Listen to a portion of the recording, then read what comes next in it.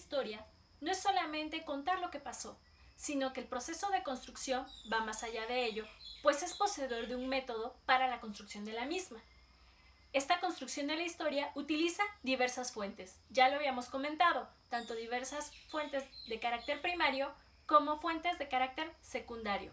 Pero, ¿cuál es la variedad de estas? ¿Cuáles podrían ser el tipo de fuentes que podríamos utilizar para una reconstrucción de un hecho o de una historia?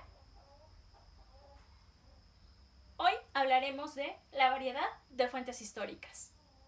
De entrada, tenemos fuentes escritas. ¿Cuáles son estas? Bueno, son las más habituales y pueden ser primarias o secundarias. Las primarias son los documentos jurídicos, leyes y testamentos, y textos oficiales, las memorias, crónicas, censos y registros parroquiales, cartas, diarios privados, prensa, es decir, periódicos, y ensayos de la época, textos literarios de ese momento, mientras que las fuentes secundarias son los libros de historia y otros trabajos de los historiadores. Acuérdense que la diferencia entre la fuente primaria y la fuente secundaria es que la fuente secundaria está haciendo una interpretación de las fuentes primarias. Pero entonces, las fuentes escritas es toda esa información que, como su nombre lo dice, vamos a encontrar de manera escrita. Aquí tenemos la portada de una fuente primaria. Pero también podemos encontrar fuentes iconográficas, que proviene de la palabra icono, es decir, algo que tiene que ver con un dibujo o una imagen. Son fuentes primarias e incluyen cualquier tipo de imagen. La pintura, fotografía, grabados, ilustraciones y carteles, caricaturas, cómics, etc.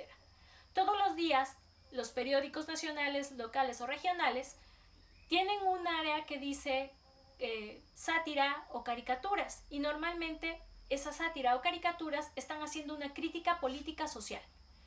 Ese tipo de caricaturas nos pueden servir como una fuente para tener una idea de las problemáticas que se estaban viviendo en esa región o en ese país en ese momento.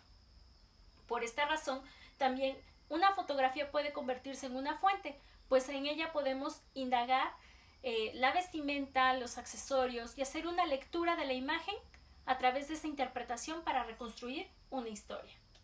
Vamos a tener también fuentes materiales.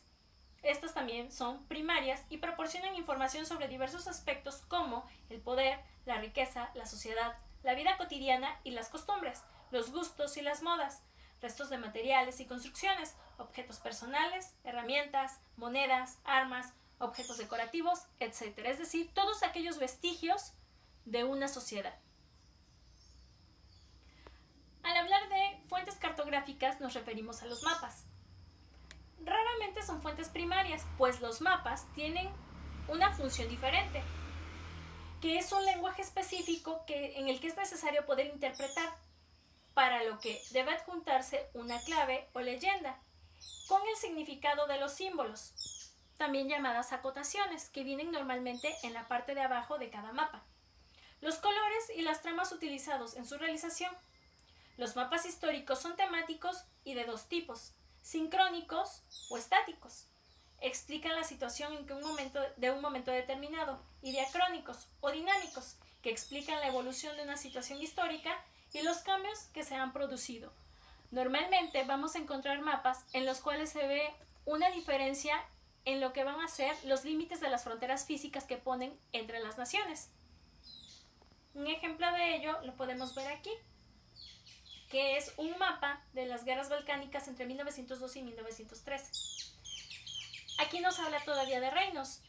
Si hoy nos ubicamos en un mapa actualizado, vamos a encontrar cómo toda esta región está dividida ahora en diversos países. Sigue siendo el mismo territorio, sin embargo, los límites geográficos, políticos, son diferentes.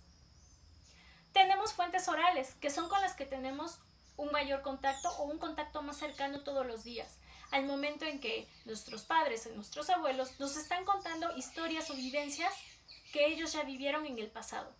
¿Recuerdan cuando hicieron la biografía de un familiar?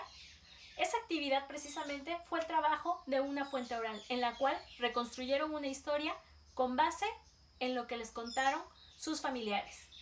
Pueden ser testimonios directos o grabaciones en diferentes soportes. En este caso, un noticiero podría ser una fuente utilizada para, dentro para que se dé dentro de una investigación. La entrevista es la fuente más habitual, pero también se incluyen los discursos, los programas de radio, las canciones, los cuentos, y todo esto son parte de fuentes primarias. Los corridos revolucionarios precisamente tenían esa función, ir narrando las hazañas que se estaban viviendo en ese periodo. ¿Para qué nos servía que se diera a través de canciones? Porque la mayor parte de la población no sabía leer ni escribir, y era una forma de que se dieran a conocer las noticias que estaban aconteciendo. Por último, vamos a hablarles de otro tipo de fuentes, que son las fuentes gráficas y estadísticas. Normalmente son fuentes secundarias, en las cuales se muestran datos numéricos sobre determinados temas de carácter económico, demográfico, climático, etc. Son fuentes de información cuantitativa, es decir, que trabajan con números, y se representan habitualmente en forma de tablas de datos o gráficos para representar esos datos. Precisamente, si nosotros quisiéramos hablar de a lo mejor el costo financiero de una guerra, si quisiéramos hablar del número de muertos por la pandemia, este tipo de gráficas y estadísticas nos sirven como indicadores y como fuentes para la reconstrucción de un hecho histórico.